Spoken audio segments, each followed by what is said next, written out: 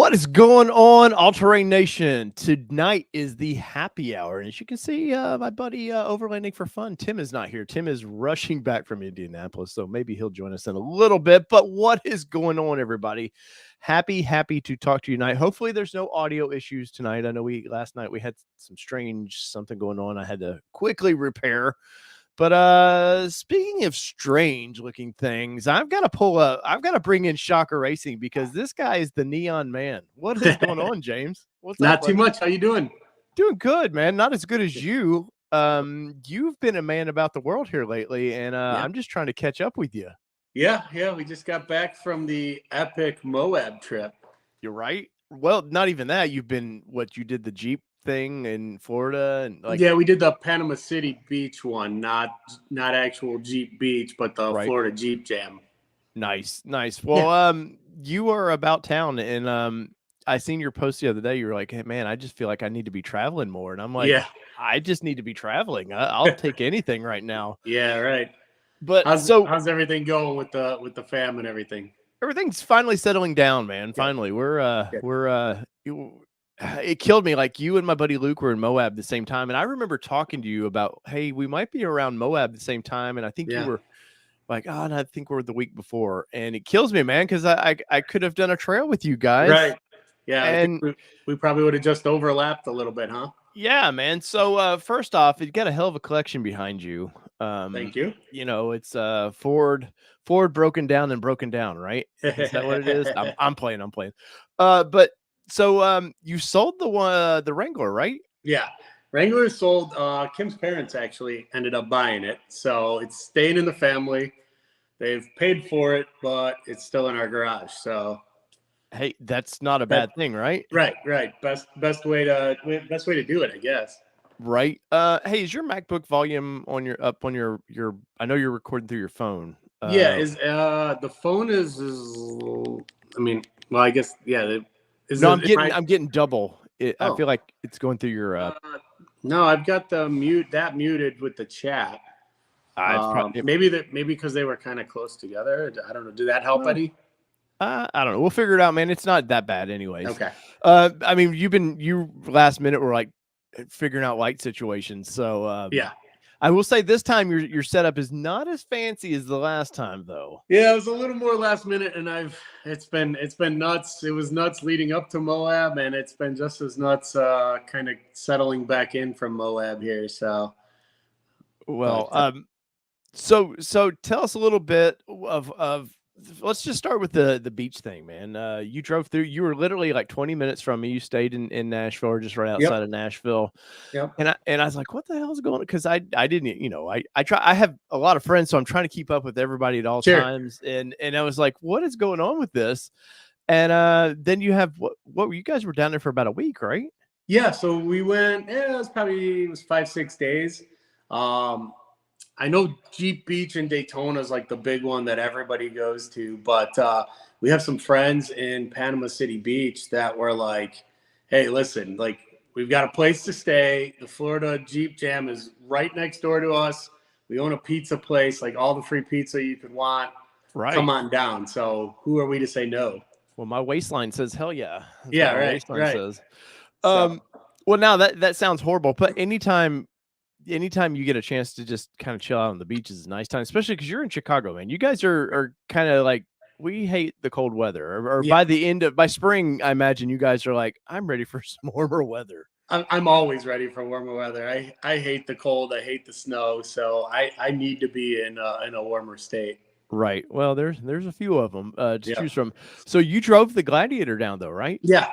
Yep. Drove it all the way down there. Kim and I just love road tripping. So we'll drive these things anywhere and any excuse to get out of here. So. Well, so the last time we talked was the Bronco show, and obviously we see the Bronco back behind you, but give us kind of the rundown on your Jeeps there. Obviously the one sold, but you've done a lot of work to that one. So, I mean, we never did a lift on the Mojito Jeep. Mm-hmm. We had just put 35s on 20-inch wheels. That was like our intro to the off-roading and Jeep world. Right. And kind of quickly realized that 20s weren't quite the way to go, but at the time I liked the look. But actually, since we sold it, her parents wanted it back to stock. So Oh, wow. I have literally the only thing I have left to take off of it is the winch and the bumper. And other than that, like I've stripped everything back off it, all the lights, all the, the wheels, tires. Actually, oh no, you can't see it, but just in front of the Bronco there is the 35s that were on it. So. Oh, yeah, I saw that in your video I was watching a little bit ago. You could see the tires sitting in the background of that Yeah. video, which was really, really cool. And hey, why not have a backup set of tires, you know? Right. Oh, For darn. sure. First world problems with that. But Yeah. so I'm a Gladiator fan. Clearly Mhm. you are, because you wheel the piss out Yeah. of that thing, man.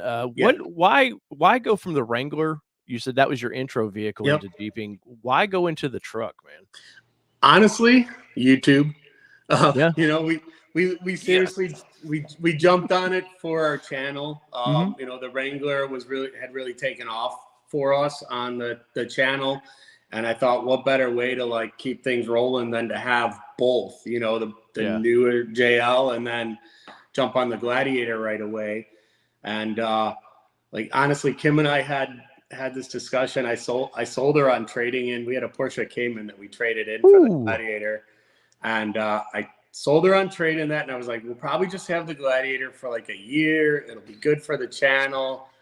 And neither one of us expected to fall in love with it. Like, Right. I know you're not the biggest fan. No, I like it. I just think the seats in the lower trims is horrible. The seat itself. Yeah, you have said that before. But yeah, we've fallen in love with it. You don't see many of them on the trails. So I think, especially when you see a bright neon yellow one going down the trails, you get all the goofy looks. And Yeah. I don't know, it's just been fun, and it's done everything we've asked it to do. It rides and drives perfect. Like I said, we drove it to Panama City Beach. Actually, last winter, we drove it to Orlando, Florida, then back up to Pigeon Forge, and we were going to do Windrock, but it snowed and we were by ourselves. So, Yeah.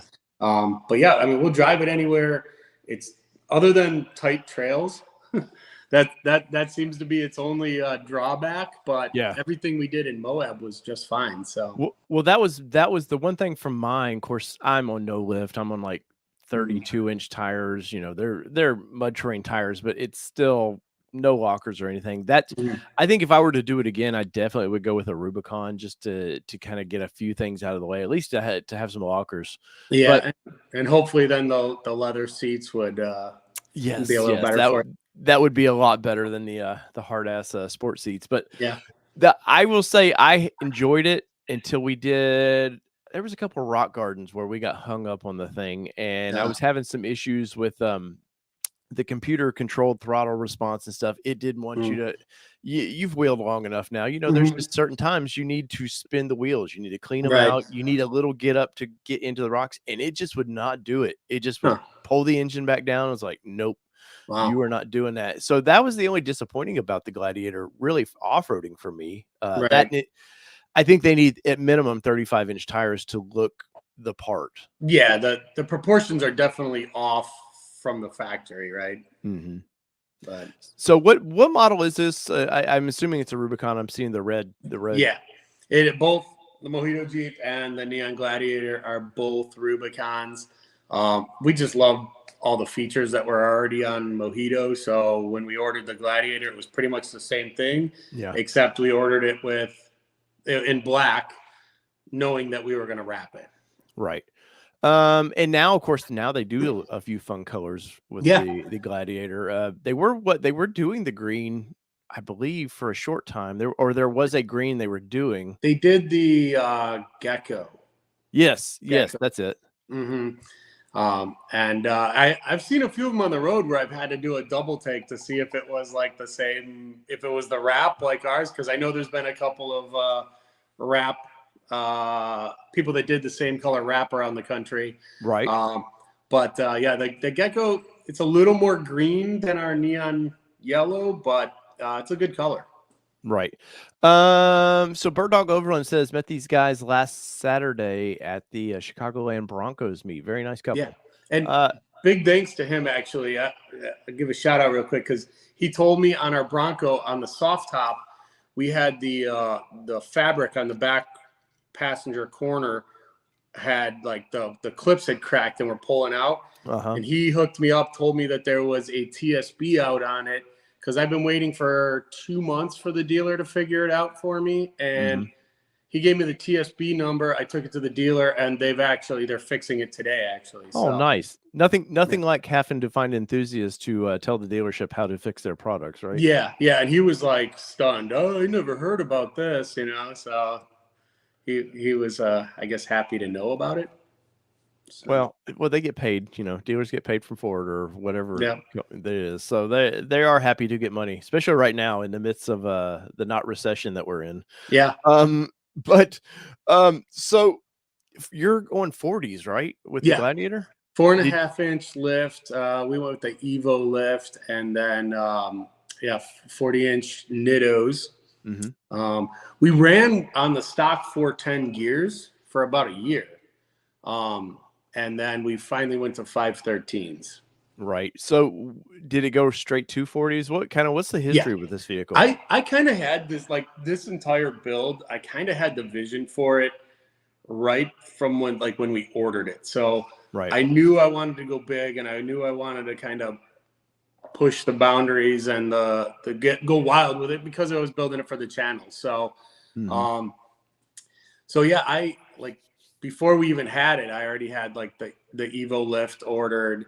I had the Terraflex wheels already on order, and then got the tires right when it came, and kind of knew it was going to be wrapped. I actually did the wrap first, got the wrap installed first, and then got the lift and the tires all installed pretty quickly. I'd say within the first 2 months of having it, and then haven't made a whole lot of changes since, because I did it all so quickly. If it works, it works. Why change it? Yeah.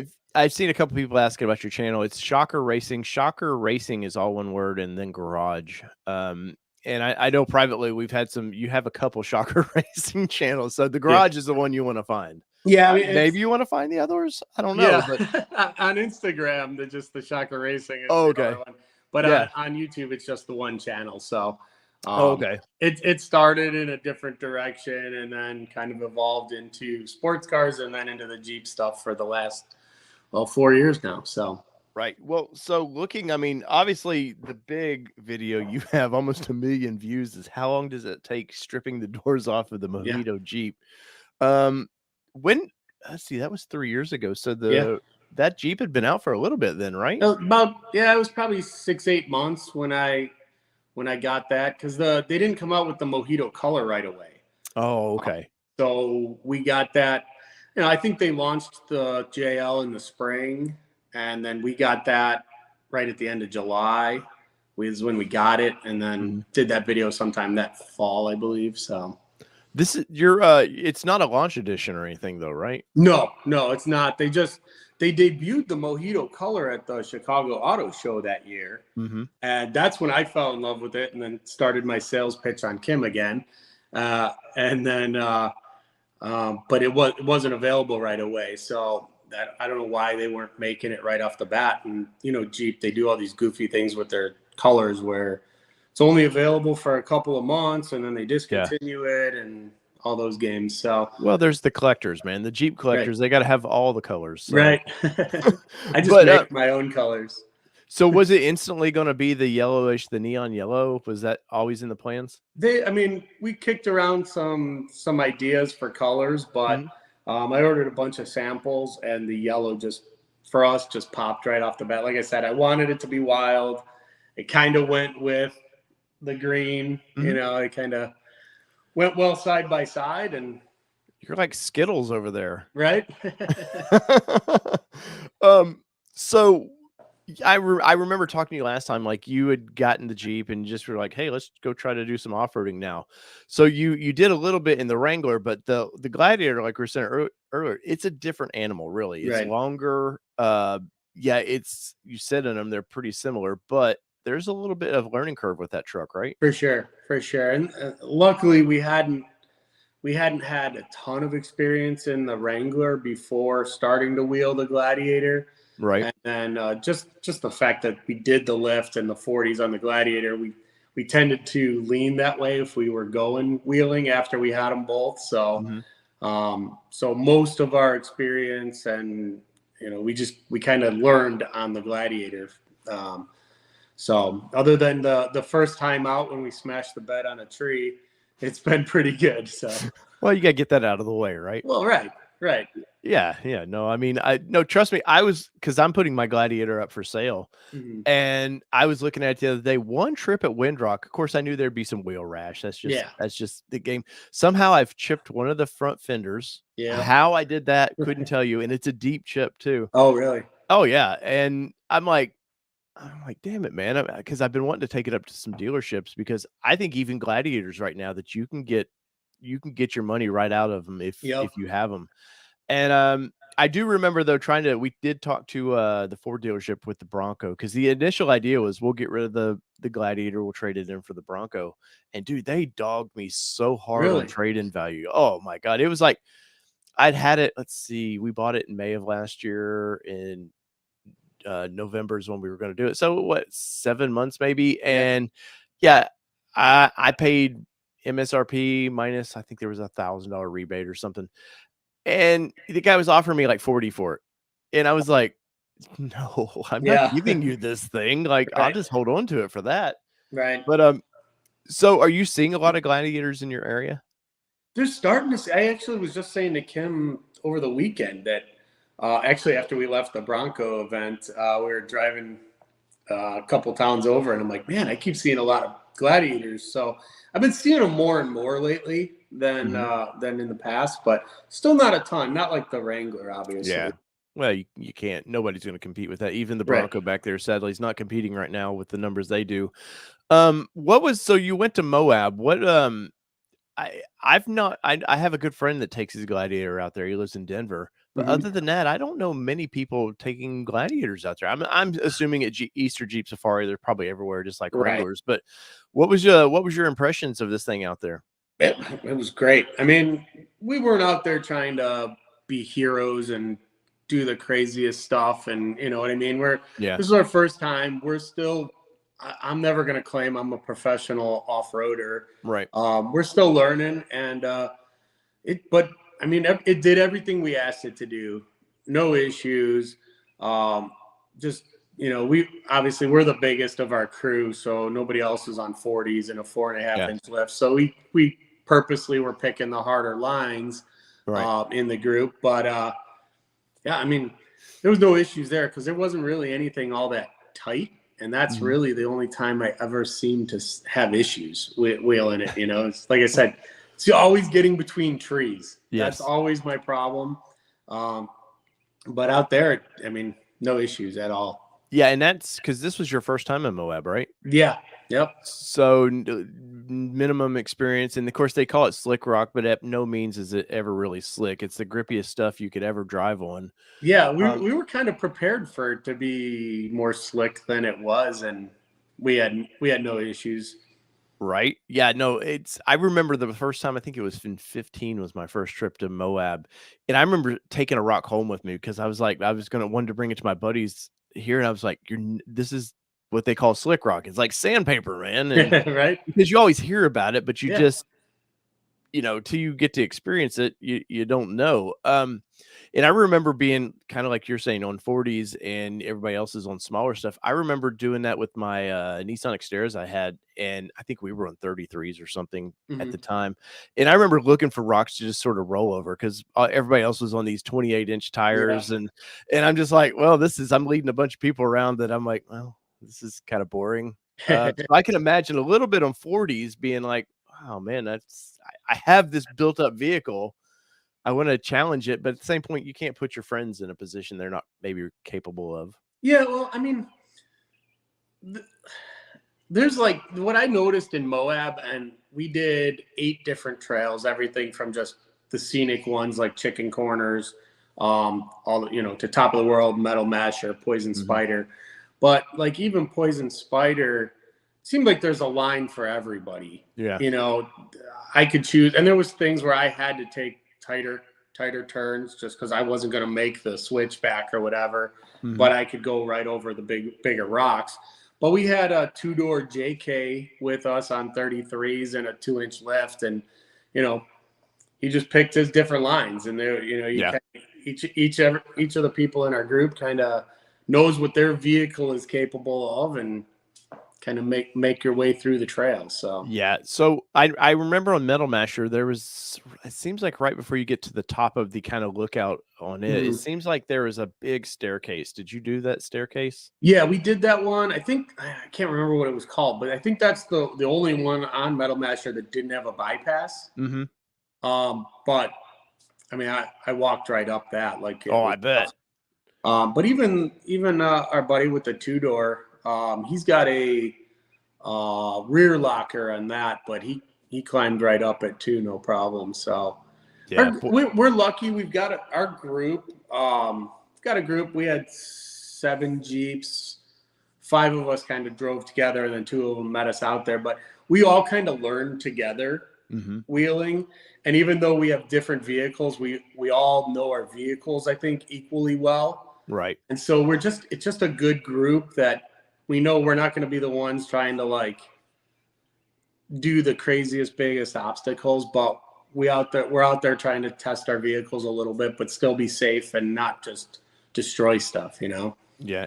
Was that your first trip to that area as well, or? Yeah. I mean, Kim and I did, so the only thing out west that we've done, Kim and I did Sedona. Mm-hmm. So we did Broken Arrow and Schnebly. But yeah, we had never been to Moab. We still haven't done Colorado, even though we drove through there, but yeah. Right. No, the thing for me is once you come off 70, and what's the road you take straight down from 70 to Moab? I forget. It's not 70. Well, you take 70 across, and then when you hit Grand Junction, you go about, I think it's like 60 more miles, and then you Yeah. go south. I forget what it was. But I remember getting to the first time I went out there, I flew into Denver, and a buddy threw me his keys and was like, "Hey, go have fun in Moab." And I was like, "Cool, okay." Yeah. But I remember the drive from going down all the passes and stuff, and Denver's pretty. It's all green and stuff. But Mhm. then you get to that Grand Junction area where it's just tan. Suddenly Yeah. everything's just tan. You're like, "Well, this is weird." But Yeah. then it's like when you turn off of the 70 going towards Moab, it's like 10 miles, all of a sudden everything's just like a wall of red. You're like, Right. what planet am I on, man? Right. It's that in itself, even if nobody ever wheels out there, just seeing the extreme terrain, just the differences is awesome to me. Yeah, definitely. And even just like going from different trail to trail. Have you done Elephant Hill before? Mm-mm. That one was by far my favorite trail that we did, and we almost didn't do it. It was kind of like a last minute decision to switch to it. Mm-hmm. Because that's the one where they only let 3 vehicles out at a time, and there's like supposed to be a 30-minute window. Mm-hmm. So we almost didn't do it because we had 7 Jeeps. But that trail has a lot, like just along the trail, there was the different colored rocks, and then there was some sand. We were driving through sand, and then there was like trees, and it was like it was just such a cool trail because of how much it changed along the trail. Yeah. No, the extreme differences in that you see even on a lot of the trails is like you do get some sand. I remember we were talking last night about we came out of a 7-mile rim, and you're probably 10 miles of desert bombing after that. Oh. Like you're on trails, and then it's just like it's just a long, just sandy road. And did you have any fun with that kind of stuff in the Jeep? So we were gonna go do the sand dunes. I guess there's a sand dune area out there. Okay. We were gonna go do that, and then we ended up. That's when we called the audible and went and did Elephant Hill instead, because of the way that some of the people that came later from our group, they wanted another badge, Jeep badge. Yeah. So we kind of switched it up and decided to go do that. So there was a little bit at the end of Metal Masher where it was more like gravel road where we were kind of cruising pretty good. But yeah, we didn't do, you said 7-mile rim. Yeah. Yeah, we Yeah. didn't do that at all. Okay. Um, let's see. In the metal or the top of Metal Masher, man, I've never been so like freaked out in my life. You know, because you're looking, you can see the road down there, and Yeah. it's just you're like, holy shit, this is like. And there is that weird stuff of, they always say people see that kind of stuff and go, what if I jumped? And I Right. remember kind of looking at this going, well, I wonder what would happen. And I wasn't even close to the edge. And I was like, you know what? This, like, my hands are sweaty now talking about like looking down at that stuff. But that's pretty extreme to look down, and you're looking Yeah. probably 500-600 feet down. Yep. Yeah, and I don't know when I started having a problem with heights, because I used to be fearless with that stuff, and all of a Yeah. sudden I'm like, shelf roads and me are not friends. So it's like people have been talking about our next trip to Colorado, and I'm like, I don't know.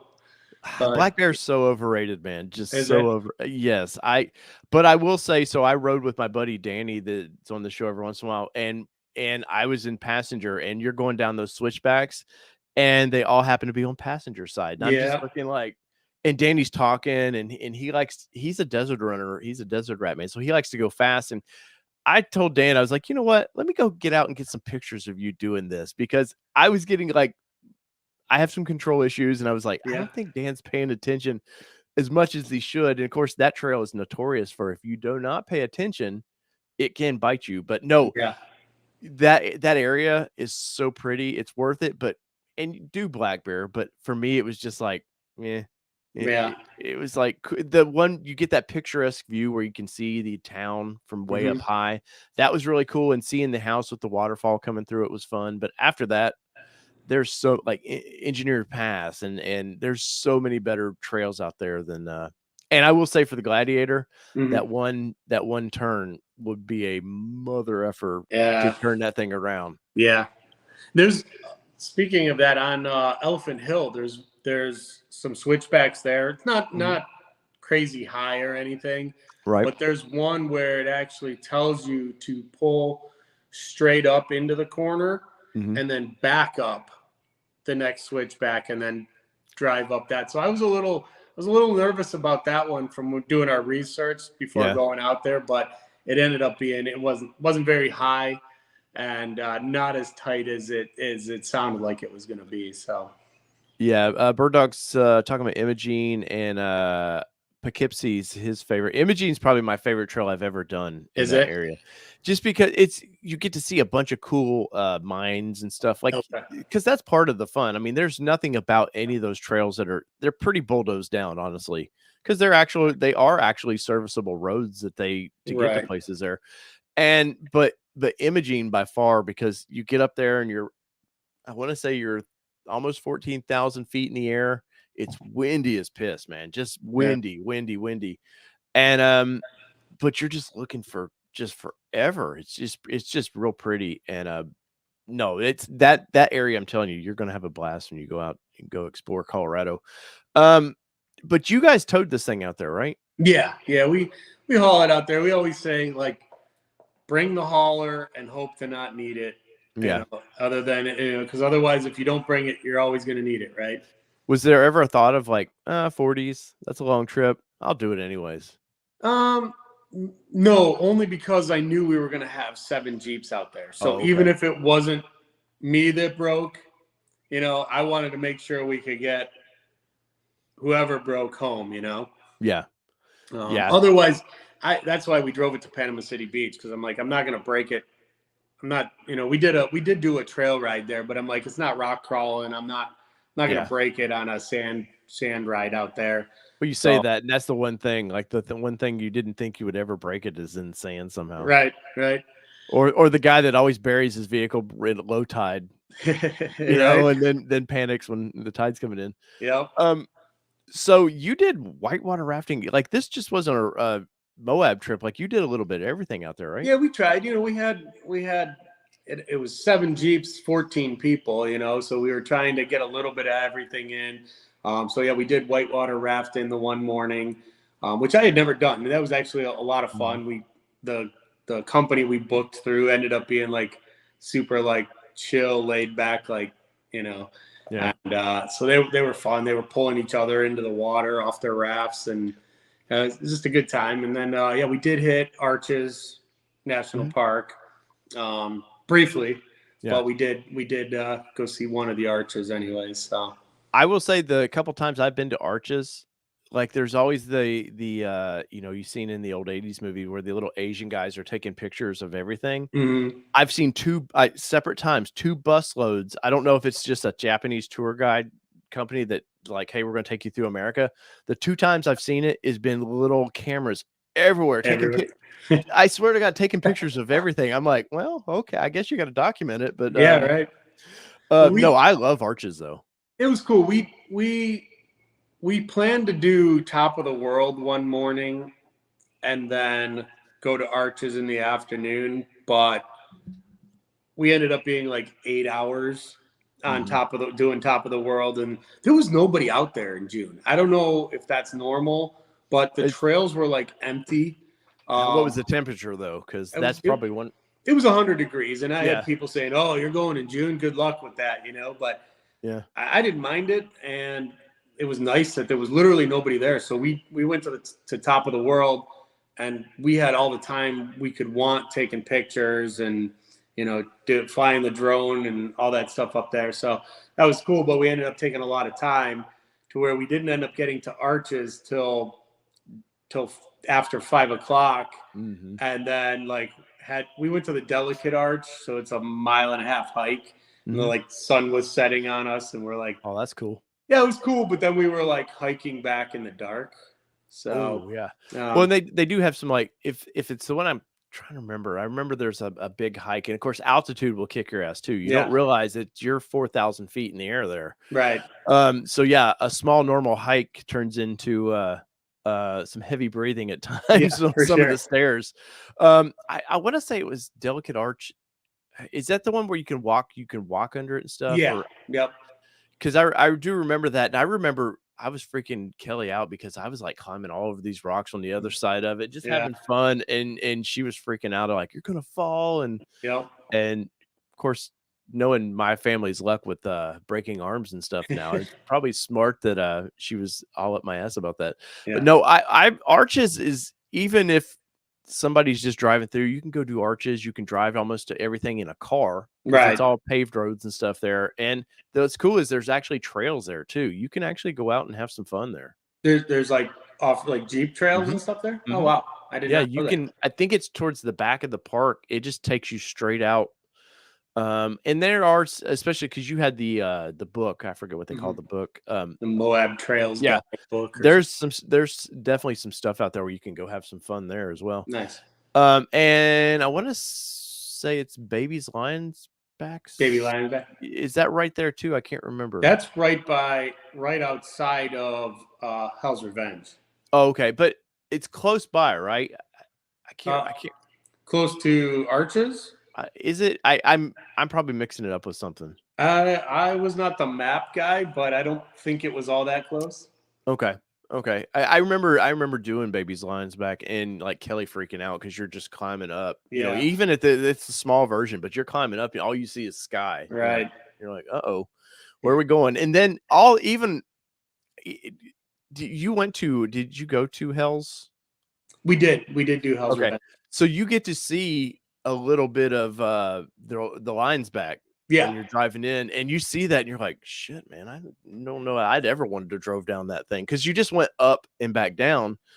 But I'm being honest, I don't know that I would have ever wanted to do that one. It definitely freaked a lot of us out. We did that I think on our third day there, and a couple of our friends had just arrived, and that was literally their first Jeep trail ever. Wow. It starts off with a bunch of those, not just the first one to get in, but there's a handful of those right off the bat and some of them are like you're curving and coming down, and it definitely caused a little bit of panic for some people going on that, and almost to the point where our group was like, should we just turn around or what? But by the time we were starting to think that way, we were past all that, and we were getting up to where like the scenic point is, and then the Hell's Gate and all that. So Did you do the gate in the I did Gladiator? not, and I'm regretting it still. I did not because there was nobody there. Right. None of us in our group had ever done it. Right. And there was like we didn't even have anybody else to watch do it first. I was really tempted. I was like standing like halfway down or up it and like eyeing the line and like really wanting to do it, and then just didn't do it because we didn't want to push things without knowing what we were doing. No, and that's the smart thing to do as well, because if you're obviously you're new to that kind of terrain, so why go out there and risk yourself for Yeah, because especially with your vehicle being so long, and there's definitely some geometry differences there that for sure. you might have to I don't know, you're talking about some of the coming down those hills and they're into bends, like especially with a solid axle vehicle, that's not always the most comfortable Right.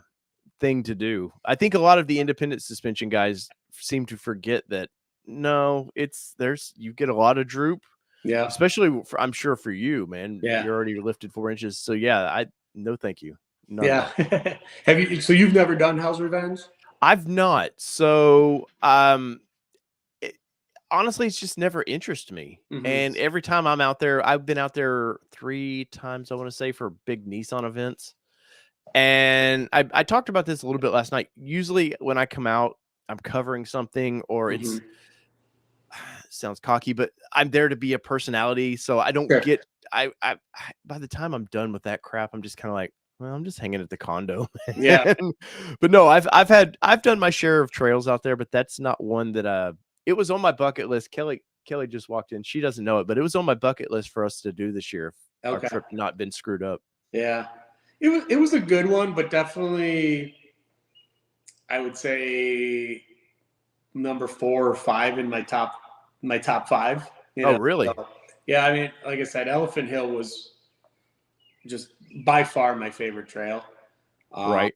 And then it was probably Poison Spider and Metal Masher. Those two. I like, and even Kim, we both like the like little bit of trail and then some like little more technical rock crawling stuff. And then some trail and a little bit of scenic stuff, and then the technical.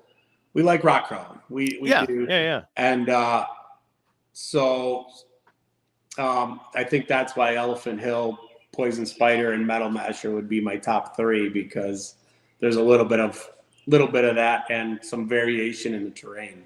Yeah, no, Metal Masher probably out of what I've done out there, I love those staircases. Yeah. I like those a lot. They're real fun. And the cool thing of being an East Coast guy, like when you're used to wheeling, there's trees, there's all kinds of, like you were talking, you smash the bed of your Yeah. truck. You get out there and you almost feel a little insecure because like, "Oh, if I roll, I just keep rolling." Like there's Yeah. not like you get used to being like, if I'm at Windrock, I'm like, well, eventually a tree stops my Right. whatever, or I slide into a tree and I don't go Right. anywhere. Yeah, out there it's a little intimidating. Yeah. For sure, but most of those trails, other than like when you get to those areas where there are these shelves, a lot of the stuff on Poison Spider and Metal Masher weren't too bad with that, anyways. So Yeah. So what was your I'm assuming Elephant Hill, but what's your number one trail and what was the one you were just like, meh? yeah, Elephant Hill for sure. Yeah. There was one that we did. It was just a scenic trail, and I'm drawing a blank on it, but it was a scenic trail that took us up that was going to take us to Schaefer Switchbacks. Okay. And that, which I guess was going to be more scenic switchbacks. Kim and I ended up tapping out halfway up because we had a couple of days there where it was crazy wind. Actually, Tuesday was 78 degrees for the high in Moab. Oh wow. Oh wow. So we had been getting beaten up by the wind all day because we took the doors and the top off the Jeep as soon as we got there. We never put them back on. So we were by that time we had it with the wind, and it was like, we've seen more scenic trails, and I'm like, I don't need to go do any more switchbacks. So I wish I could think of the name of that trail that took us up there, but Yeah, we were just like, okay, I've had enough of this. I'm heading back. So that was my least favorite. Um, but yeah, definitely Elephant Hill was by far my favorite. I mean, everything about the trail was cool. Just there was nobody out on the trail, just the variation in terrain.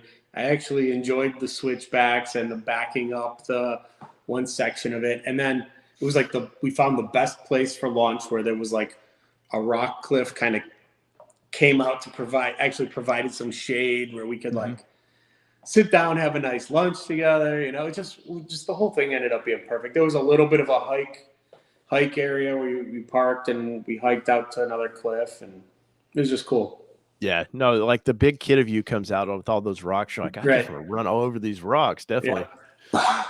Do you when you were out there? Did you ever think, man, I bet the Bronco might be fun in some areas out here? For sure, for sure. And we did pass on our way down top of the world. We passed a group that had one Bronco with them, and I yelled out, you know, how's that Bronco doing? And they were like, it's doing great. So, well, they seen you in the Jeep and was like, "F that guy, man. What's he talking about?"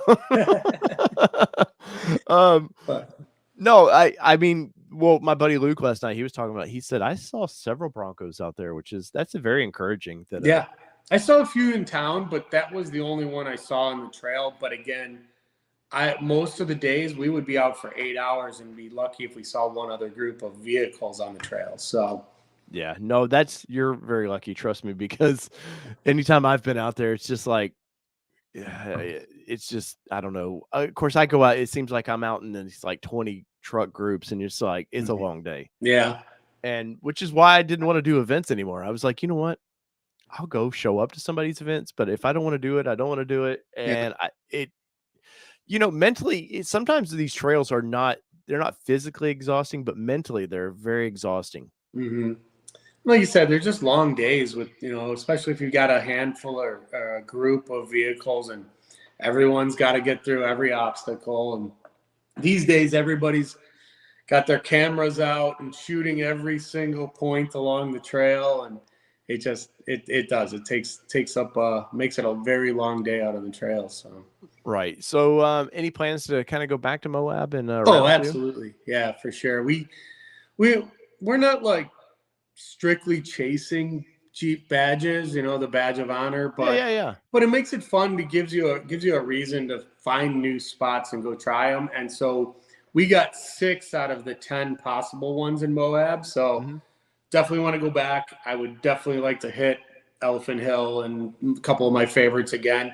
But we were also talking because we had it so packed. We were there 7 days for 7 days of wheeling, and then tried to cram in the rafting in the park, and barely got to like check out the town. And so we were saying if we go back now that we've done a bunch of them, we could take where you do a day of wheeling and then a day to just enjoy Moab, and relax. So we definitely want to go back and make it a little more chill trip, Yeah.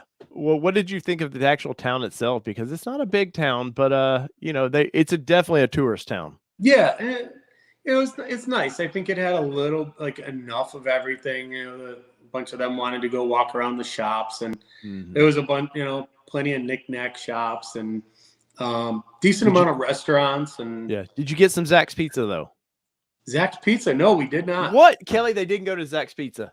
Oh, did you? You told me. Did you tell me? I'm pretty sure I told you. Yeah, I love that place for whatever reason. I love that little pizza shop. Wait. We did order one night and pick it up. Okay, they might have had pickup Zach's Pizza. Is it? It's on a corner. It's on a corner. It's on the main strip, right on a corner. The main strip, and did it have was the building glass on 3 sides? I feel like it's open. Pretty definitely. They like garage doors. Maybe I remember sitting out on the patio, and you're on the main strip, because I remember sitting there the first time me and Kelly were out there. We're just sitting there watching every cool vehicle you've ever imagined seeing. They drove by. Yeah. And I mean, I'm talking about Unimogs and all kinds of. That was my first. As soon as I started entering Moab, the first time I drove out there by myself, or flew out there, then drove from Grand Junction there. dude, my first after seeing the Red Rocks, I'm calling Kelly. I'm like, Kelly, this place is freaking amazing. Yeah. Like the scenery. And then I'm seeing the first time I ever saw a Unimog. There was like 4 of them on a campground outside of the town I was driving. Wow. It. I was like, holy hell, these are like. And then sitting at Zach's Pizza, just enjoying the. We probably sat there for a couple hours just watching cool vehicles one after another go by. Yeah. I think we did. I think the girls ordered up a bunch of pizzas the first night and sent us to pick it up. And I didn't even pay attention to the name of the place. It was like, it was the day we got there. We were like unpacking and stripping the Jeeps down and just, just hungry and just give me whatever pizza I can get, So. The diner's fun. Mm-hmm. There's the Blue Pig barbecue or something. We went there for dinner one night because there's that Sunset Grill that's like up in the cliff or whatever, and what's supposed to be the sunset view, and we had reservations. We made reservations like 2 months ago to go there for dinner the one night because I see Kim said it was Canyon Pizza Co. Okay, so I was wrong. Of course, the wife has to come in and correct us. Yeah, right. But we had reservations 2 months in advance to go to dinner at that cliff, whatever it is, Sunset Grill for Sunday because it was one of the couples that was with us. It was their anniversary, and then the other girl, it was her birthday. Right. So we made plans to have like a special dinner. They're closed on Sundays.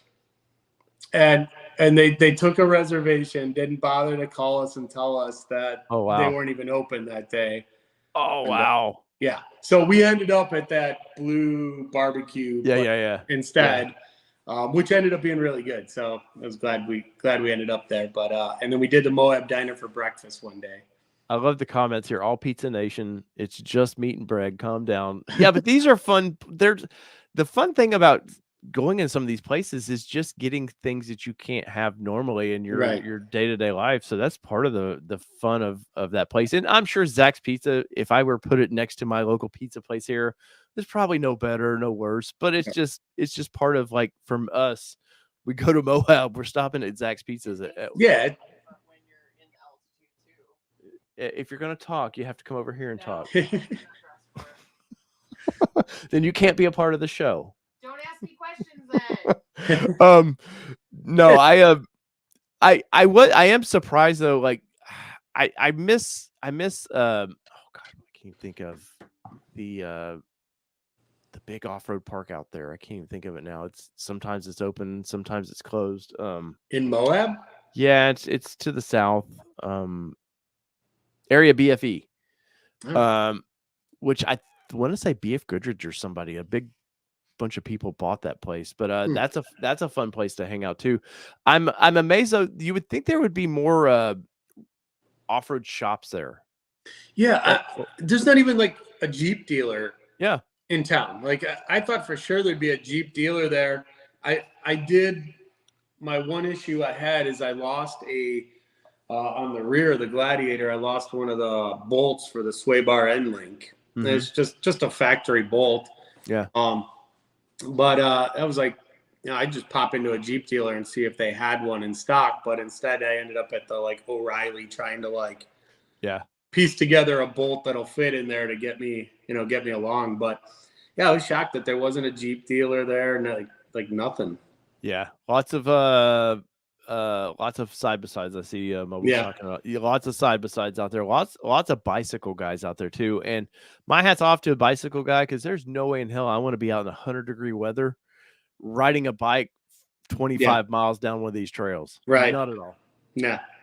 And we saw some. We didn't see many bikers out there, but we did see some on Hell's Revenge. Oh yeah. Yeah. On a 103-degree day. Riding the trails. We're like, not me. I ain't doing that. we all have our weird pain we like to go through. So hey, whatever, man. It's not for me. I'll say that. Even the side by sides out there seem kind of boring to me. Like, I don't know. I mean, I guess if you're kind of a tourist driving in for the day, you can rent that or rent a Jeep or something. Yeah, it's a good option to be able to grab one of those. But even like out in Arizona, like the Phoenix area, those guys drive those side by sides like in Taco Bell drive-through and there was a side-by-side in front of me. Those guys drive them all over the place, but They do here as well. They'll be do they? Yeah. Oh yeah. You can drive them. You can plate them with motorcycle tags and Okay. go have. I have zero. I don't want to be pull out in front of a semi, and that's that tiny roll cage is between me and death. No way. And not just that, but I like the fact that like I can literally drive mine cross country with doors and top on. If I want to take it all off when I get somewhere, I can take it off. I got air conditioning. I got my heated seats. It's like, and by the time they build some of those side by sides, they're costing just as much as these things. So I'm amazed. You used to be able to get a Razor with the Fox suspension on it. I remember 7 or 8 somewhere in there for like $18,000. And then at that time I was like, holy hell, that's a lot of money for what you're getting. Now that same thing is $30,000. Right. It's ridiculous. The only cool thing is if you break it, you drag it up on the trailer, you drag it home. And when you want to repair it, you're like, I'll get to it. Yeah. Cars are a little more pain in the butt to do that with, but no, I'm with you. I would rather all day long. I don't care if it's a beater. If it's just some $500 beater, I would rather do that than be on a side by side with that stuff. Yeah. And nothing. Hey, side by side guy, nothing against those. I'm just saying for me. Yeah. I like more metal. Each their own, right? Yeah, of course. Just not my thing. Of course. So what was there something out there that you were like, damn it, we really meant to get to that, but we just ran out of time? I would say the only thing that I really wish we would have had more time to do is relax. Oh yeah. Honestly, like by the end of the days on the trails, I couldn't wait because we stayed in a condo area that had a community pool. Yeah. It was just like I couldn't wait to get back, like clean the dirt off of me, pour a drink and go lay by the pool for a little bit. And oh yeah. Because it's a vacation. Right. Right. And which is part what we loved about the Panama City beach trip was that it was just like all chill, so it was just we had a good mix of both with the 2 trips, but this one was just like too much go and it was like we were even trying to like get a night run in one night, and I was just like, I'm done. Like if you guys want to go do a trail tonight, go ahead. I'll be by the pool, Yeah, no, give me a drink and a pool and I'm happy. Yeah. No, definitely. And of course, nighttime out there is like, a lot of times you're trying to follow the little painted arrows or whatever there are on the rocks. I have zero interest in going out there at night. Yeah. Because my buddy Dan has a story called the Golden Sleepover, and it's on I forget the trail, Golden whatever. And they had a breakdown out there, and it got to be dark, and they had to camp out there at night, and they didn't realize it was getting so dark that they almost drove off a cliff. Oh wow. Like because LED is only going to do you so well, and you don't always know what's on the side of you. And they had a pretty intense time in there, but I'll have to get Danny on to tell that story on this channel. He has a really good story of that. So yeah, and like you're saying too, 7 days and you've never been there before, and you're trying to pack in. You've seen all this stuff here on YouTube or whatever. Every one of these trails, your mouth's watering. I want to be on this stuff, and I can only imagine like, and we're probably about equal distances really from Moab. Yeah. That's a long distance, and you're like, when am I going to, this isn't for locals in Colorado. They're like, oh, I'm 5 hours away. I can get there anytime I want. Right. Us East Coasters, man, it's you got to do it all at one time. Right. It's actually there was a couple of couples that we were meeting at the pool at night, and they're like you said, they're from Colorado. They go every summer. Yeah. And they don't even do the big name trails anymore. They've got their own little trails that they love doing because they go every year. And it's like they were telling us, we just go there and we set up our chairs and we watch all the idiots do the obstacles and crack a beer and that's free entertainment, man. Right. And just watch the show. And we're like, well, we're trying to cram in all these trails, Yeah. So. Man, some pretty sunsets out there, just really pretty. The condos we stayed at are towards the Spanish whatever arena. And there's that big red bluff that's kind of across the road that you see. And man, I've just seen some killer sunsets there, or to see the sun hitting those in the mornings. Just it's know I sound probably hyper to those in the chat, but no, once you've experienced Moab like that, it is life changing a little bit to see for a sure. part of, and it is like being on Mars.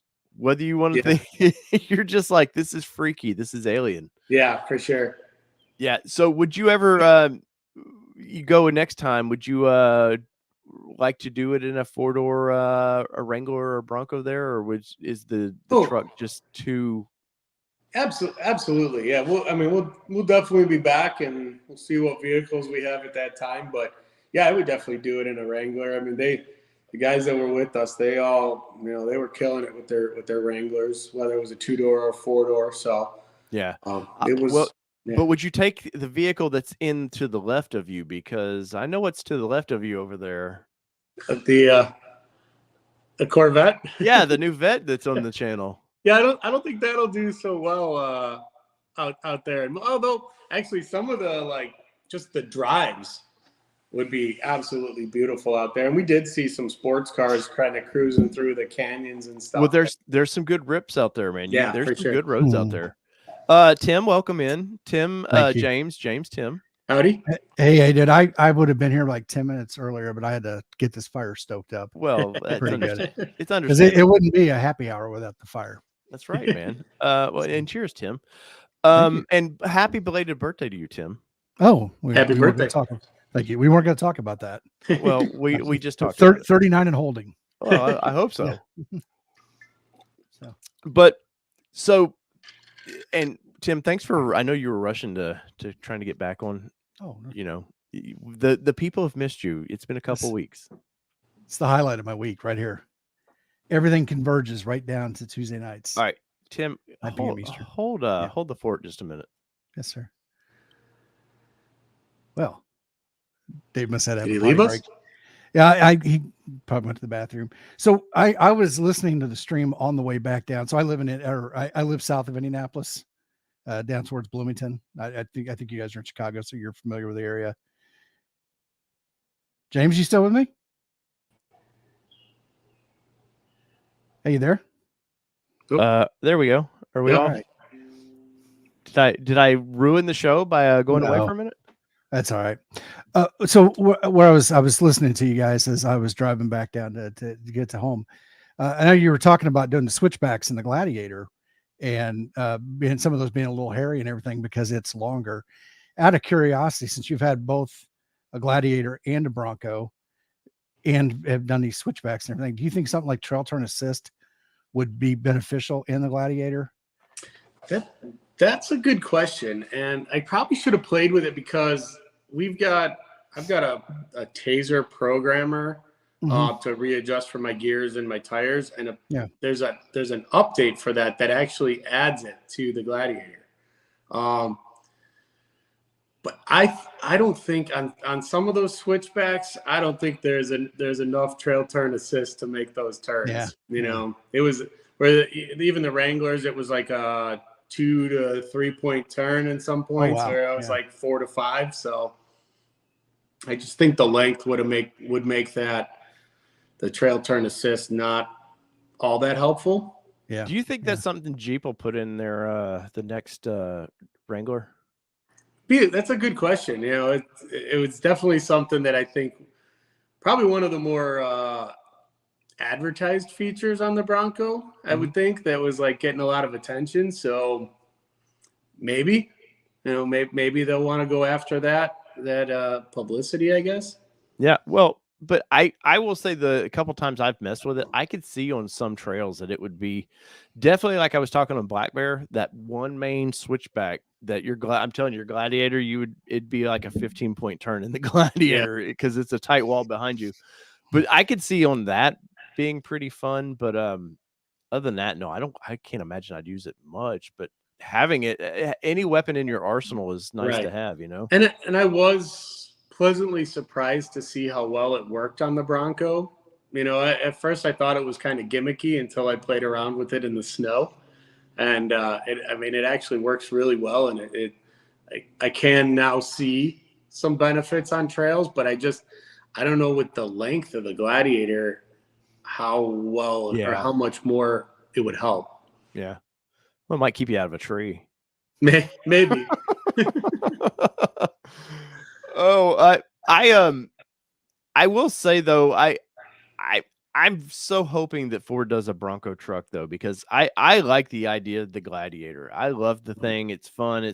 I was out in it today. It drives great, other Mhm. than, for short trips for me. My ass says otherwise on about 200 miles, but um would that be interesting to you if because you seem to like that truck off-road platform. Yeah, for sure. Definitely would be something of interest in it. I mean, I do like the Bronco, even though it's for sale. I I was do, gonna bring that up. yeah. Even though and it may be hopefully going by the end of this week here, um, but besides the fact that I'm selling it, I do really like the Bronco Mhm. and the idea of a Bronco pickup or whatever they would call it is definitely interesting for sure. Yeah, no, Tim, maybe it would have your trail turn assist then. Yeah, it could be. I don't know. I haven't used mine yet. I haven't gotten into a position. And Ollie, well, like I said, you're in Chicago. We're Indianapolis area. We hardly got any snow this year. Okay. Dave down in Nashville got more snow than we did, which was Oh, really? surprising. Yeah. Oh So yeah. didn't even get a chance to go out and do donuts in it or Donut mode jump was awesome. snowbanks or anything like that this year. So Well, James and him had a video of Kim doing it, I think, was out playing in Yeah. donut mode. Yeah, we got a little retention pond in the back of my business where it's never gets any water in it, so it was just snow, and we just played around with it in there, and it was perfect to try it out and see how it works. Tim, you could always try it in traffic too. There's always that is a true. rainy day. You just push that and just see Mhm. what happens. Hey, I've been playing Mario Kart for years. I can do it in real life. Well, just throw a banana out there every once in a while, There you okay? Or a turtle shell. Mhm. Tim, you got any questions? Because you haven't got to talk really much Jeep.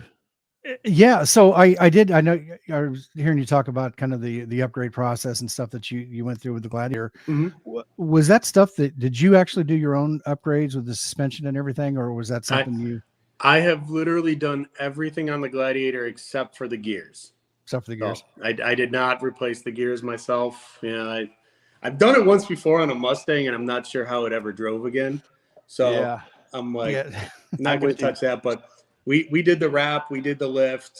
I mean, everything. So how did you feel? How did you feel like? I mean, doing it for the first time. I mean, did you find it to be something that was fairly easy to do, kind of complicated, or did after it's all said and done, where you kind of got to kind of wish I would have taken it it to was somebody to do it? it was a little nerve wracking. Mhm. The Evo. So I did the Evo has a few different versions of their kit, and I did their they call it their Overland kit, which is supposed to be the more streetable. Because I figured I'd be 90% or more on the street, and Mhm. occasional weekends on the trails. And because of that, they give you these drop brackets that bolt to the frame to lower the angle of the control arms, basically to kind of keep them at the stock, degrees or whatever. Right. So that added a whole extra level of complication to the kit, Mhm. and then brake line extensions and all that. But I've got a lot of experience in around a shop, and I grew up, around a shop, and so I was nervous, but it wasn't all that hard to do. And I do have access to lifts and stuff like that, so wasn't too bad. We did the lift on the 392. I did that on the garage floor in here. Now, after doing the Gladiator one, that one was actually pretty easy. So, Mhm. yeah, I wouldn't say they're too all that bad. I mean, I've done harder stuff than a lift kit for sure. So Yeah, so for me, that's something that I'm kind of looking. I'm not a mechanical person by trade or mhm. anything like that. I'm in the IT field, but Okay. you know, one of my things was getting back and starting to do those maintenance tests instead of paying somebody to do it. When I was traveling all the time, it was Hmm. worth it for me to have somebody change the oil Sure. or do something. And then, so now here I'm, so far I've done everything as far as, Yeah. replacing the skids and stuff and all that, Mhm. to be honest, is bolt on Yeah. and things like that. But it does, it makes it a little better for me, I guess, or more or less more satisfying. And so now looking at the, the next step, maybe sometime if I live beyond the Sasquatch suspension, what do I do? Do I do it myself? Is it something easy enough? It seems like a lot of these, like puck lifts and stuff like that seem to be a lot, maybe easier to do now than what they did maybe 10 or 15 years ago. Or I know Dave a couple of weeks was talking about how he had like a little workshop of lifts and stuff going out in his yard there a couple times. Well, the driveway. We wanted to be on a solid surface, not in the grass. Yeah. And what I've noticed, like with the Jeeps and even with the Bronco, they're like ready to be taken apart, right? Like they're designed because they know we're all taking them apart. And then at least with the Jeeps, I haven't done a lift on the Broncos yet, but both of the kits I've installed on the Jeeps came with, detailed instructions, pictures, like step by step. And we followed that along with the one we put on the 392 Wrangler was a Clayton lift. I followed theirs step by step. They give you the lengths to set, it was a 2.5-inch lift, set the control arm to this length, put it all in, did the install, 5-6 hours in the garage on the floor here, which actually I found it easier on the floor than with the lift. And just using a couple of jacks to kind of manipulate the axle up and down. But I took it for the alignment after we were all done, and the guy was like, I barely had to tweak it. You go off the numbers that they give you for, and obviously it'll be different on the Bronco with the way that this is, independent front suspension. But it just, I think these companies are doing a good job of giving you details. And yeah. Dave, what was that Luke was talking about last night with a lift or something that? They do a puck lift on top, but the best way to do is it's a spacer, or it's I forget what you call the bracket. You put it under the spring and it actually, it lifts it that way. It actually pushes everything up the inch and a half that you want to. It's better for the geometry if you do it that way. If that's what you're talking about, Tim. Last night I heard Luke talking about something like where you'd started a lift or gotten into something and then. Yeah. Mobile says collar. It's a collar for it. Collar. Okay. Yeah. And the cool thing about that is they're still fairly cheap. I'm working on an interview with a company that makes those, and I think $250 you can get all 4 of your coils up, which is really cheap for a lift. Now, granted, you're going to still want to have a alignment done, but still you're talking what, $350, under $400 to get a lift, which is, James knows, I guarantee you the lift that's under that Gladiator was not even close to that. Yeah, that one was a bit pricey, although I got some good discounts on it, but it was pricey. And then the King shocks. Yeah. Oh, well, that's King. Yeah. That's a car in itself right there. What exhaust are you running on that thing? I got the AWE. Actually, I had the AWE on all 3. Right. They've been one of my great sponsor to work with. So they hooked me up on all 3 of them. But I really like the way it sounded. It sounds on the Jeeps for sure. On your, did you do dual on the Bronco? I did. Okay. I've just picked up their single okay. out, and I'm kind of excited to get that under there. How do you feel like, is it droney on all of them, or are they I'd say a little bit more on the Bronco than the Jeeps. Not much drone at all, but definitely a little bit more. And it may it's the tone, I think, is different, obviously, with the motor, which I forget which motor is in yours. 2.7. Okay. So it should sound the same as mine. Yeah. Minus any little variation in the way it comes out of the tips. But yeah, not bad on the drone, but little bit more on the Bronco than on the Jeeps for sure. Yeah. It may on the Gladiator, it may help too because it's coming out way back under the bed. Yeah. So. No, definitely. It would be definitely something on the Gladiator if I were to keep that we would be looking at, because any of these things, you can't make them sound like that 392 by any means, but you can make them sound slightly better. Yeah, I like on the Jeeps, it almost makes it sound, I always say exotic, not exotic, but almost more like kind of like some of the Nissans. I feel like it sounds like almost like a 350Z or something, and it has that little bit of rasp when it shifts. Yeah. I just like it. It's different for for anything that I've heard on the Jeeps before. So Well, Nissan is considered exotic. They're so rare. Not in Middle Tennessee, I can tell you that. Yeah, not in Middle Tennessee. No, I definitely, and I picked up the AWE based on when you picked it up, and Awesome. I kind of liked it, and I liked that they really good quality. I mean, like really good quality. All the stuff looks really nice. They all I mean, just bolt right up. No problems, no issues. No fitment issues.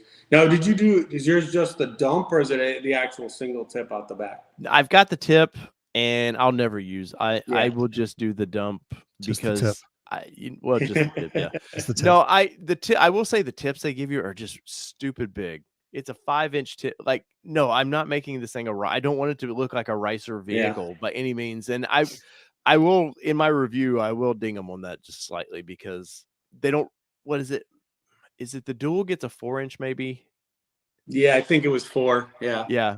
There's no like 5-inch tip. When you see that in the pictures, you're just like, it looks like, I don't like somebody sticking their head out from under or something. Right. It's just too big.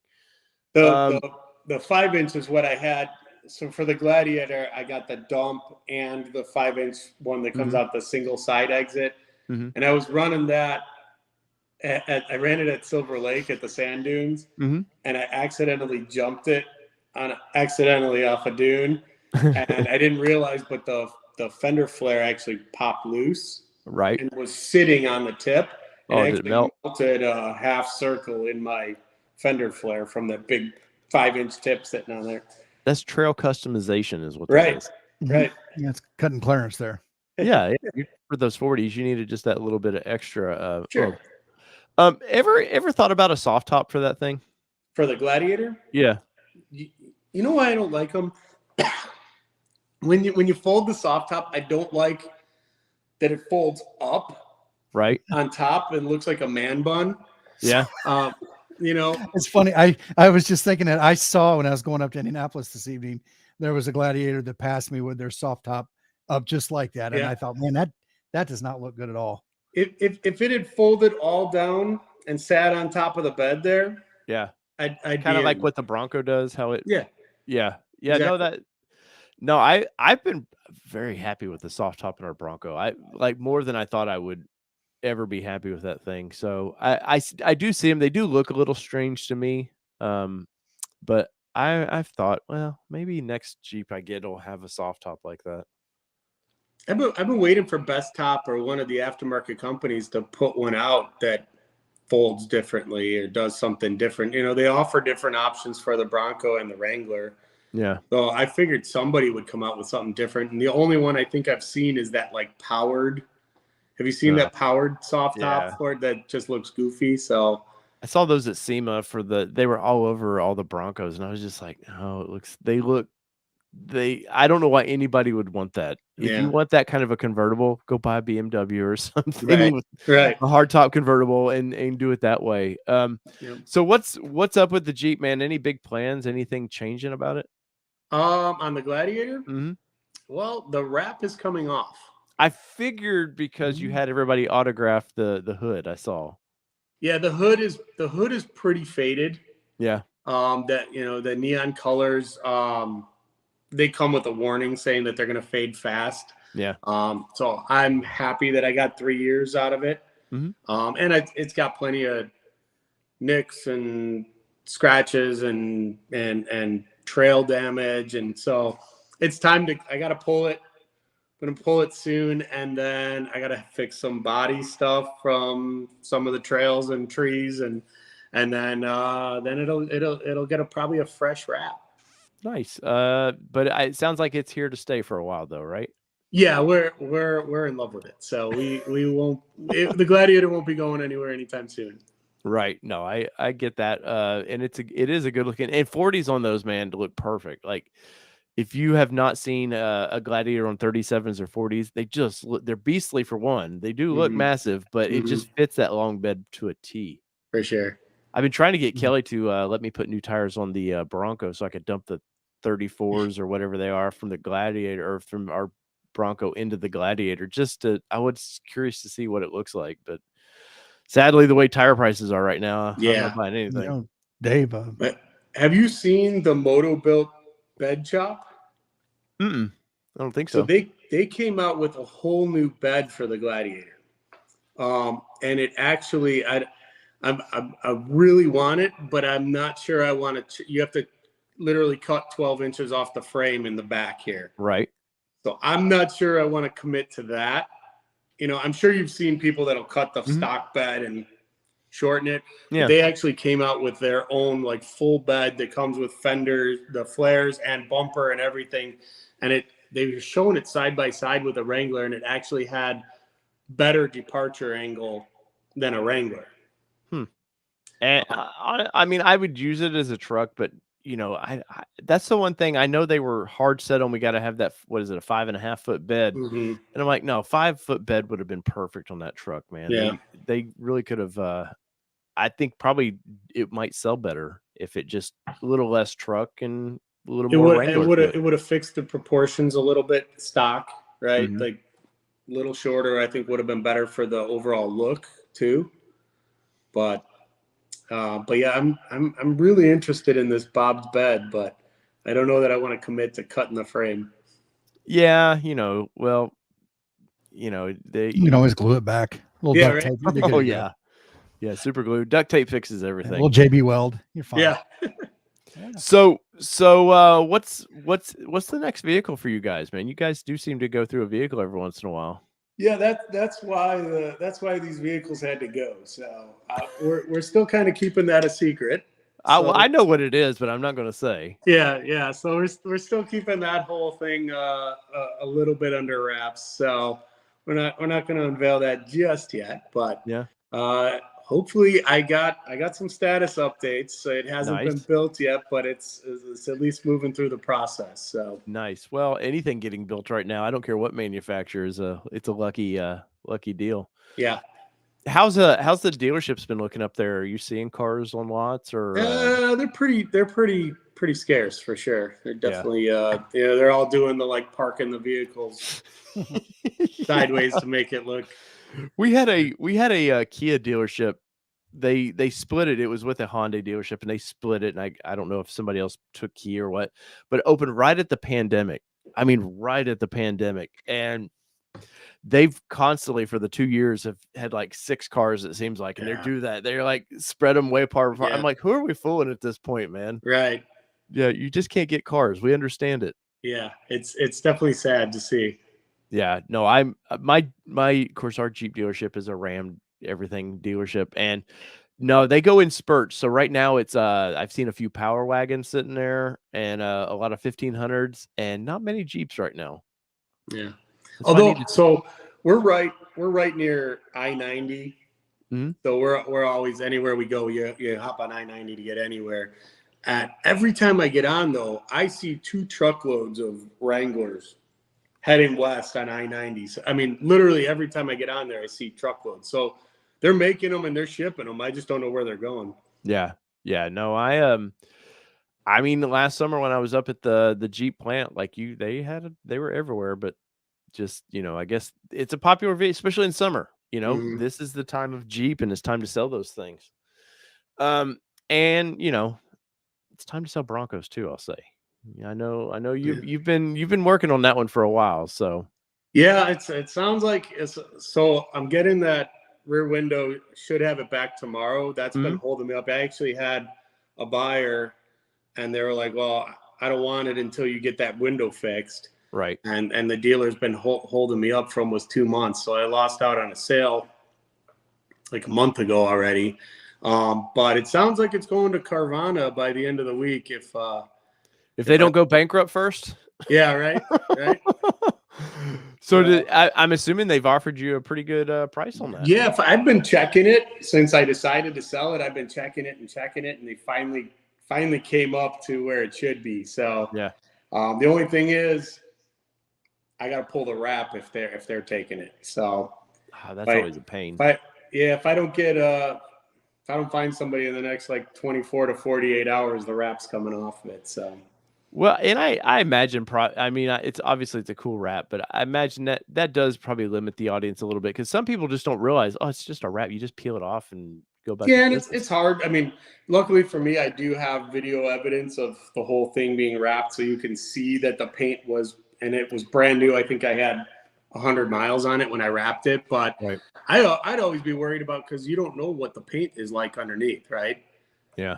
So I get it. You know, I'd have a hard time buying a used car with a wrap on it, because you don't know. It could be all, you know, pinstriped underneath from off-roading. And Yeah. Well, So- we did our Xterra when we sold it. Of course, we sold it to a friend, and he knew the condition of it before. But that wrap was on probably 4 years now, and he's talking about peeling it off this summer. And I'm like, hope you don't take the clear coat with it, man. That it was an older vehicle, anyways. I'm like, oh, good luck if it all stays there.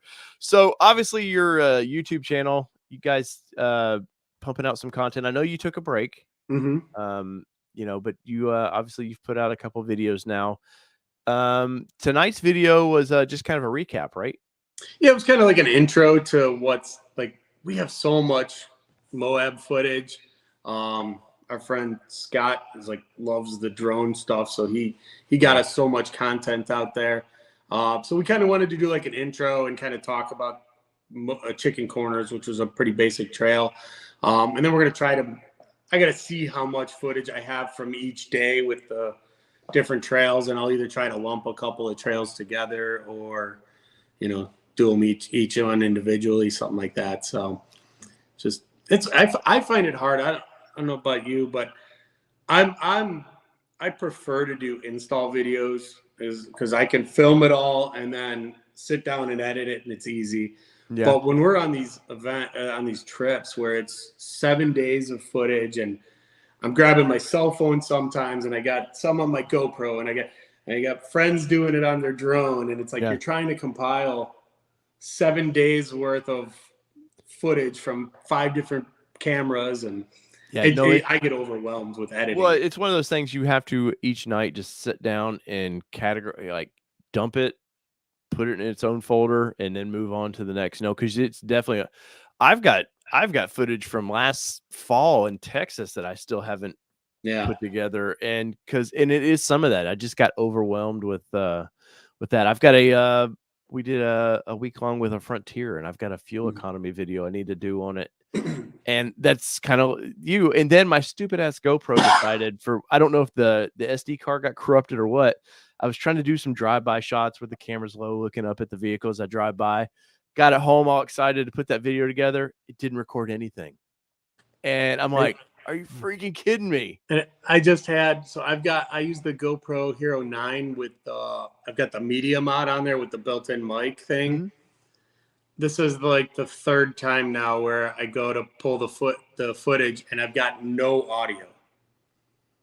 Yeah, I have the media mod. Yeah, and I don't know if it's just not when you put the my day one footage, I had all my sound, but I pulled out the day 2 stuff from Metal Masher, and I don't know if when I change the battery or what, that media mod just doesn't quite clip in right. Yeah. And I got no audio. They could use a little 3.5 plug so you could just monitor audio for a minute. And oh my God, I bought this Sony, and I didn't realize there was a stabilization setting that wasn't set. And so I forget where we were at Windrock last year, and like all the footage is like this, and I'm like, I can't do anything with this, man. Yeah. Yeah, what do you normally use when you're out at events and stuff filming? What do you use? Honestly, press events, my phone. Oh yeah. It does great. Yeah. The audio's always comes through, unless it's even windy conditions. It's generally better than having a big mic sticking up, with a wind blocker on it, but it never does well. I've never committed to GoPro. I think I have 3 or 4 GoPros. Yeah. And just, I have some of the older ones just because you would stick them on your side of your vehicle, and if they got broke, whatever. Right. Who cares? But but I bought, this is an 8 that I specifically bought to do some coverage with it. And I just can't, like I said, it bit me in the ass with just doing some easy stuff. Yeah. I'm always worried that, like you said, I'm going to take it to a press event or something, and I'm going to get back and have nothing. Right. So I know my phone always comes through, and I'm shooting 4K with this thing. Mhm. So, and it's easy to check right away. go back and see it, and Yep. it's like, make sure it took the video, and make sure you have your audio, and Yeah. yeah. I mean, there is definitely, because I'll sit here sometimes when I'm doing my breaking news or whatever, and I've put the phone out and it does okay, especially the front. Like, you got to do the front facing camera because you got to make sure you're still in the shot. Right. But no, it's night and day. I can bring the Sony out and it's like crystal clear. Like, it sounds great. There's times and places for it, but no, my phone for especially trail use, it's just too easy to point, shoot, move Yeah. on. And I've never seen too many people watching anybody's videos that kind of fuss and bitch about, oh man, the video quality. Because Doug DeMuro, I've watched a few of his things where he talks about, he's got a 4K camera. He always films the outside of stuff. The inside is always with his iPhone. Yeah. And nobody's ever noticed till he talked about it one day, and they saw a reflection in one of his videos of his phone, and they were giving him hell in the chat about it. And I saw an interview with him, and he's like, "Look, man, it's right there. It does what I want it to do. So be it." It's Right. KISS method. Do what? KISS method. Keep it simple. Yeah. Oh, definitely. Don't fight. I mean, well, you saw it when we were out at Supercell. How easy was it to just jump up and grab your phone and start talking and do an interview on the fly? Oh, no, that's because some of the better interviews that I've enjoyed that I've done are just of the moment. Like, just, James, like, you can plan stuff out and it never goes right. Right. Like you were saying, the install videos are pretty predictable, but there's always something that never works out right. Yep. And so I just rather have compact, easy, move on. I see these guys. So we were at SEMA last year, and there was some people with us that brought out their big DSLRs and stuff that were trying to. And I was filming and editing on my phone.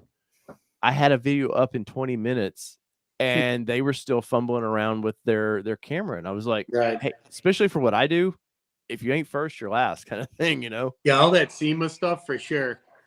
Yeah. No, I'm a big iPhone guy, man. PC, I like PC better than everything else, but phone wise, and no, I'm all iPhone on that.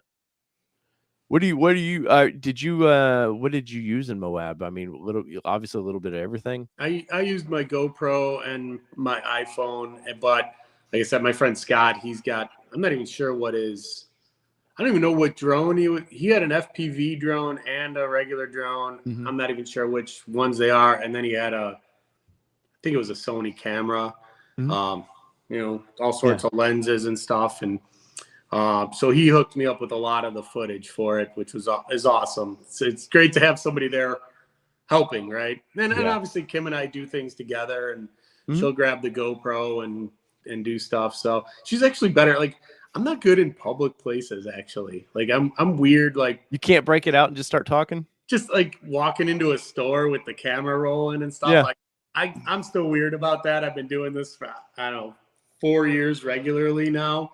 Yeah. And I'm still weird. And Kim's like, I don't care. I'll give me that camera. I'll go. So yeah. So luckily she's better with that kind of stuff than me. But yeah, we work. It's always nice to have a team to kind of help with things. So yeah. Oh, I've gotten the strangest looks, man. I've been in places and I'll be talking, and little ladies or whatever, they'll just kind of look at you like, like disgust. I'm like, hey, this is trying to be a job for me. Get over it. some places love it. You walk into some public places and like everybody thinks it's cool that you got a YouTube channel and hey, let me I want to be in your video, and then other places it's like, we don't really want you filming in here, So well, the bathroom is a weird place too. I was gonna say Dave didn't mention it, but the last time he did a live stream from Buc-ee's, he just started walking, went right into the bathroom with his phone. Hey man, that's how much I love Buc-ee's. I want to show everything. That gets a little awkward. Well, the people standing around him, because not only does Buc-ee's have 800 gas pumps, they've got about 250 urinals on the road. Yeah. Right. So driving out there, man, what was some of the weird stuff you saw? Like the gas stations or the come and goes. Those.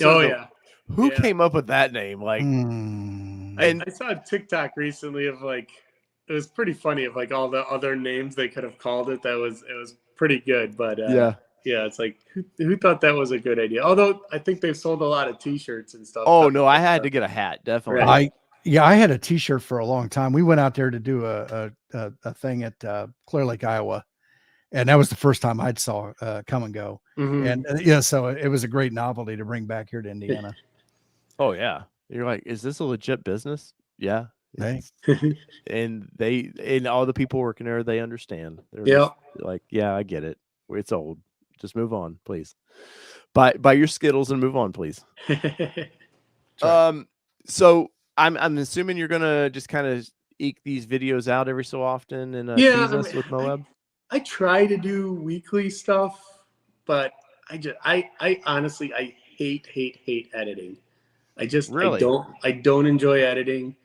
I'm not like I like the marketing part of things, Mhm. you know. So Mhm. I like the like once it's done and it's like up on YouTube, that's the fun part for me, you know. Yeah. So I just try. I gotta stay like motivated, and I'm glad I was actually you invited me on for this. Kind of helped push me to get that one done because I wanted to have something up before we were going to talk about Moab. Because Right. otherwise, these kind of trips, I tend to push off and push off and push off, and then it's like it's only harder to do later when you forget about the trip, Mhm. right? So Yep. so I got to stay on it, but I try to do once a week for videos, and we'll see what happens. Well, it's the time to do that. That's for sure. Yeah.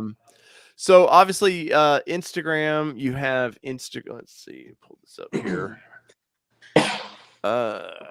Go over and check out Instagram. I can't figure out why you have certain photos highlighted over others there, but no, your channel's always interesting, man, and you guys are fun too. That's the best part about it. But Thanks. lots of cool photos of you guys in Moab.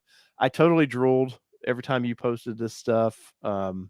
Except for the fuel stations. Yeah. I didn't really drool over that one because Casey's. So you had Yeah. to get a pizza from Casey's, right? Well, yeah. I mean, there's one right down the street from me, so Yeah. you know. But go check out all the social medias. Are you guys on TikTok at all? I have a TikTok, and we're almost at 10,000 followers, but that's only because I had a Chevy Silverado video blow up. I try to post on there, but I got honestly Instagram now with their Reels bonuses. I keep my focus to Instagram more. Yeah, no, I love Instagram, man. I Mhm. can't figure. I mean, obviously the real stuff is almost like TikTok, but I can't figure. That's part of it. My attention span is different, and I can't figure that out. To me, the TikTok is it's too young. As far Mm. as the kind of content, I like the Instagram, and I like the fact that you're not getting bombarded with all the political stuff, and Mm. at least I'm not. It's almost all off road, Yeah. outdoor type stuff that I see, and Yeah. then occasionally you get that one person that tries to sell you something or do some motivate. I'm like, why are you putting this stuff on Instagram? Yeah. Nobody wants to see it. They want Yeah. to see, off-roading stuff or people crashing their motorcycles or, doing jumps or whatever. That's what people want to see. Nature's Metal is my favorite on Instagram. So always like the African animals like killing each other. I don't know why. It's like, well, that holds my attention for a minute. James, well, we appreciate you being on the show tonight, man. Yeah. Thanks for having me. Of course, I cannot wait to see the videos. Obviously, I'm a big Gladiator fan. I really am, other than the seats, which is well documented. We just need to get you some new seats. Right. Well, then Kelly let me keep it, I guess. No, I have a video. I have to order something soon. So much like you, I mean, the channel knows that I've got Ranger fever coming up. So, but no, and there's a lot of exciting things coming up. We've got a ZR2, Chevy's little Colorado ZR2 is about to pop, which is a lot of fun. And I'm excited for the off-road, kind of the mid-sized truck market coming up, man, because there's going to be a lot of fun vehicles coming up. Yeah, it should be cool. I didn't even know, had they stopped the ZR2, and so now this is a whole new. Not to my knowledge. No, it's the next gen. It's Okay. kind of how they're going to debut the next gen truck. Okay. So they're going to do it with the ZR2 first. I saw something about it, but I was like, wait, had they already discontinued the ZR2? And I didn't know. So Nah, it's just a little long in the tooth, but hopefully some horsepower coming out, because Awesome. that Ranger Raptor is going to be 400 plus horsepower, man. Can you imagine 400 horsepower in your truck? That would be that awesome. would be, yeah. Or you just might as well Hellcat yours. I mean, it's Right. Well, so guys, whether it be 2-wheel drive, 4-wheel drive, it does not matter what you drive, as long as it's a Jeep Gladiator tonight here on the channel. So till next time, we will be, I gotta get that Frontier video out this week. So peace, everybody. See y'all next time. Yeah. Thanks for having us.